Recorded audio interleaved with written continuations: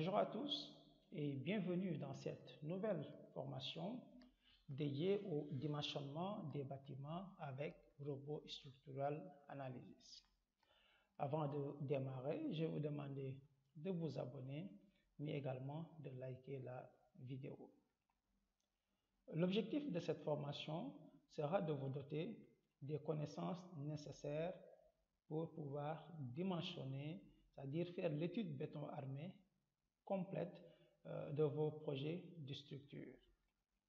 D'accord?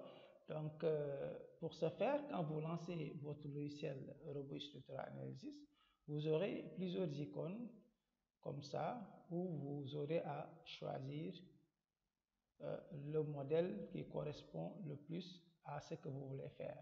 Donc, pour ce qui est du calcul des bâtiments, vous pouvez opter pour le modèle coque. Donc, vous prenez étude d'une coque. Pourquoi? Parce que ça offre les mêmes degrés de liberté qu'un bâtiment. Ok? Donc, quand vous sélectionnez le module coque, après, vous aurez en face de vous, comme vous le visualisez actuellement avec mon écran. Ok? Et là, pour étayer, conforter ce que nous allons voir dans cette formation, je vais vous proposer les plans du fichier DWG, le plan que nous allons voir, c'est le plan sur lequel nous allons nous focaliser pour faire le dimensionnement qu'on va vous expliquer. Donc ici, vous avez les plans archi d'un projet R+1. Ok, donc ça c'est le plan archi. Ok, donc quand on a un plan archi, bien sûr, avant de passer à l'étape de construction, il faut faire l'étude béton armé. Ok, donc l'étude béton armé, vous ne pouvez pas le faire sans pour autant avoir un plan archi. Donc là, on a un plan archi, il faut passer à l'établissement des plans d'implantation, des plans de longues-lunes, des plans de coffrage, et le cahier de ferrage, des poteaux, des poutres, etc. Ok, donc c'est toutes ces étapes-là que nous comptons vous montrer dans cette formation. Ok, donc là, à partir des vues en plan du rez-de-chaussée, de l'étage que vous voyez ici, nous avons établi ici ce qu'on appelle le plan des longues-lunes que vous voyez ici. Maintenant, c'est juste pour pouvoir matérialiser les lignes de construction qui vont nous permettre de passer à la modélisation sur robot. Donc, vous voyez les lignes de construction qui passent au niveau des axes des murs et des poteaux que vous voyez qu'on a placés ici. Donc ici, c'est juste une préconception. Donc la dimension réelle de ces poteaux, pour le moment, nous ne les connaissons pas encore. Mais quand on va passer sur robot, qu'on va faire tout le processus de modélisation et appliquer les charges, faire les pondérations et lancer les calculs, après robot va automatiquement dimensionner les éléments de structure, à savoir les poteaux, les poutres et autres. Et le robot va les dimensionner d'une façon optimale. C'est-à-dire, il ne va pas les surdimensionner ou les sous-dimensionner. Donc, ça sera un dimensionnement optimal. Nous, ce qu'on va faire, c'est juste préconcevoir des dimensions des poteaux qu'on va mettre dans le logiciel. Et quand le logiciel va faire les calculs, va choisir parmi les dimensions qu'on a introduites. Ok, donc là, c'est un peu la théorie. Donc, vous avez les lignes de construction suivant X et les lignes de construction suivant Y, nommées A, B, C, D jusqu'à L. Ok, et suivant X, vous avez les chiffres 1, 2 jusqu'à 10. Ok, donc c'est ces lignes-là qu'on va matérialiser pour pouvoir après placer les différents poteaux. Ok, donc nous retournons sur robot. Ok, on ferme cette fenêtre là. Ok, maintenant nous allons d'abord faire les réglages de base, c'est-à-dire les paramétrages, n'est-ce pas, qui nous serviront pour les calculs. Donc pour faire les réglages de base, vous venez ici sur outils, préférences de la tâche. Ok, et là vous réglez tout ce qui est unité, normes de conception, analyse de la structure, voilà, les paramètres du calcul, le maillage, etc. OK, donc pour les unités, voilà, il faut prendre unité métrique et là vous mettez UI, voilà, pour confirmer. OK, les matériaux, voilà, ici vous pouvez faire la sélection de la résistance du béton que vous voulez utiliser à 28 jours. Si vous voulez faire avec un béton qui aura une résistance à la compression à 28 jours de 25 mégapascal, donc voilà, vous prenez 25, si c'est 20, vous prenez 20, etc. Donc on va opter ici pour 25. OK. Ensuite, sur norme de conception, ici, vous aurez à faire le choix sur la norme que vous allez utiliser pour faire le calcul. Vous voyez ici, Bayel, il y a le Bayel 91, il y a également d'autres normes, voilà, comme les Eurocodes, etc. Donc, il faut prendre, je prends en ce qui me concerne, dans le cadre de cette formation, le Bayel 91 et pour le dimensionnement des fondations également. Vous avez ici le fascicule, par exemple 62-5, et ça c'est plutôt pour les ouvrages d'art, les ponts et dallots, etc. Mais pour les bâtiments, il faut prendre le DTU 1312. OK? Voilà, si ces réglages-là ne sont pas faits chez vous, donc c'est l'occasion d'en profiter. OK, vous voyez, moi, je les avais déjà réglés dans mes travaux antérieurs, c'est pour cela que vous les voyez là. OK, mais si ce n'est pas le cas chez vous, vous pouvez en profiter pour les régler. OK, ici, je laisse comme ça. Paramètre de calcul également, c'est bon. Pour le maillage, voilà, si c'est pas normal, prenez normal ou fin. En tout cas, pas gros, voilà. Parce que plus ici, vous avez un maillage fin, voilà, plus vos calculs auront moins d'erreurs. OK, vous voyez, et les résultats vont beaucoup plus s'approcher de la réalité. OK, mais plus le maillage est fin également, plus le logiciel va prendre du temps également pour sortir les résultats. OK, donc je prends maillage normal. Après, je valide ces paramétrages de base en cliquant sur OK. Voilà, donc n'oubliez pas de liker la vidéo, mais également de vous abonner pour ceux qui viennent de nous suivre. OK, donc on a fini avec les paramétrages de base. Nous allons passer maintenant à la définition des lignes de construction.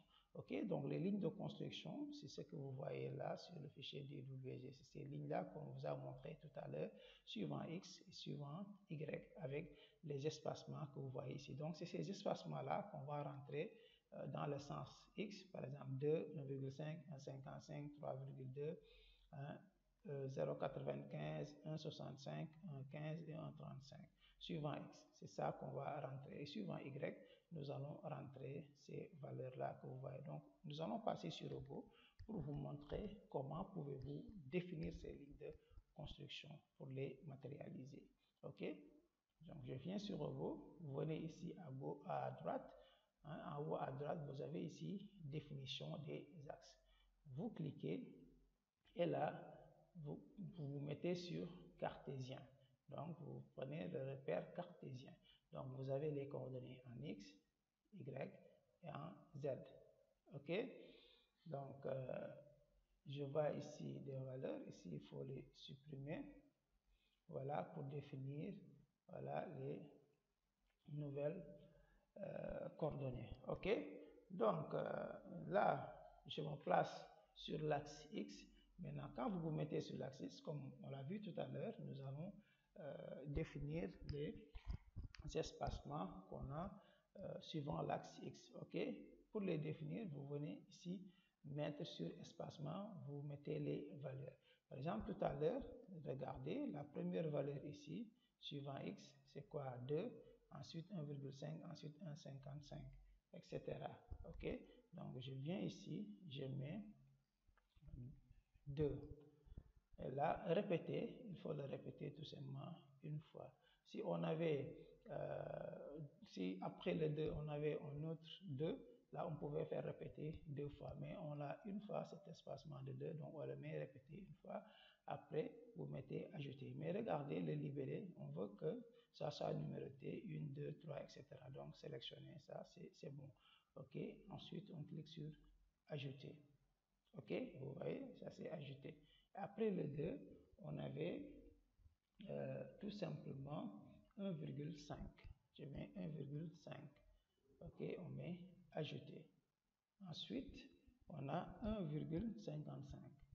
Après, on met ajouter. Après le 1,55, nous avons 3,2. On met ajouter. Et après 3,2, on a 0,95. On clique sur ajouter. Après 0,95, on a 1,65. On met ajouter. Après 1,65, on a 1,15. Après, on clique sur ajouter. Après 1,15, il y a 1,5. On clique sur ajouter. Après 1,5, le dernier espacement, c'est 1,35. On met ajouter. Voilà. Donc, on vient de matérialiser, en tout cas, les lignes de construction suivant l'axe X. OK? Maintenant, suivant l'axe Y, je clique sur Y. OK? Et là, toujours, vous mettez répéter suivant le nombre, vous mettez une fois. Le libellé ici, ça change. On veut que ça soit des lettres. Voilà, A, B, C, D, etc. Donc, on retourne sur le fichier délivré. Vous voyez, A, B, C, etc. jusqu'à L. Avec les espacements que vous avez ici, 2,15, 1,35, 1,8, etc. OK, donc je viens sur le bout, je rentre ces valeurs. OK, 2,15, ajouter. Ensuite, 1,35, ajouter. Ensuite, 1,8, ajouter. Ensuite, 1,65, ajouter. Ensuite, 1, ajouter. Ensuite, 0,5, ajouter. Ensuite, 2, ajouter. Ensuite, 1,15, d'accord, on met ajouter. Après 1,15, il y a 1, ajouter. Après le 1, c'est 2,29, on met ajouter. Et après, en dernier lieu, nous avons 1,06, on met ajouter. Donc, suivant voilà, l'axe Y, voilà, on a placé également l'ensemble des lignes de construction. Maintenant, ça va nous rester la définition de la hauteur des niveaux, voilà, suivant l'axe Z. OK? Donc ici, il faut plutôt prendre comme libellé valeur. Voilà. Et là, on va définir les hauteurs. Par exemple, le premier niveau, ça sera le niveau des fondations. Donc, je veux que mes fondations soient ancrées, par exemple, à 1 mètre. Donc, je tape 1 et j'ajoute. Donc, après les fondations, j'aurai le rez-de-chaussée. Maintenant, mon rez-de-chaussée aura, par exemple, une hauteur de 3,20 mètres. OK? Maintenant, si et le rez-de-chaussée et le premier étage auront tous les deux une hauteur de 3,20 mètres, donc en ce moment, je peux mettre ici, répéter, je mets 2. OK? Et je tape 3,2 et vous verrez que ça va placer, répéter ça 2 fois. OK? Donc, qu'est-ce qu'il me reste? Il me reste pour la case d'escalier. Si je change maintenant, je mets une fois et je veux que la case d'escalier également ait une hauteur de 3,20 m. Ensuite, je mets ajouter. Voilà, nous venons de définir l'ensemble des lignes de construction, mais également la hauteur des différents niveaux. En ce moment, vous mettez tout simplement sur appliquer, ensuite fermer, et vous voyez vos lignes de construction ont été bel et bien matérialisées. Donc, vous voyez, suivant Y, les lettres A, B, C, D, etc. jusqu'à L. Voilà, jusqu'à L, vous voyez, retournons sur le fichier DWG, vous allez voir que c'est jusqu'à L. OK, vous voyez, donc dans le sens X, on va vérifier, regarder, donc vous avez également, voilà, les chiffres 1, 2, 3, 4, 5, 6, 7, 8, 9 jusqu'à 10. Donc regardez, Là également, on a 10 lignes de construction. Donc, vous voyez, voilà. Donc, c'est la démarche pour définir les lignes de construction. N'oubliez pas de vous abonner, mais également de liker la vidéo, de rester scotché pour ne rater aucune des vidéos qui vont suivre dans cette série de formations. C'était tout pour aujourd'hui. Je vous remercie et à très bientôt pour la suite.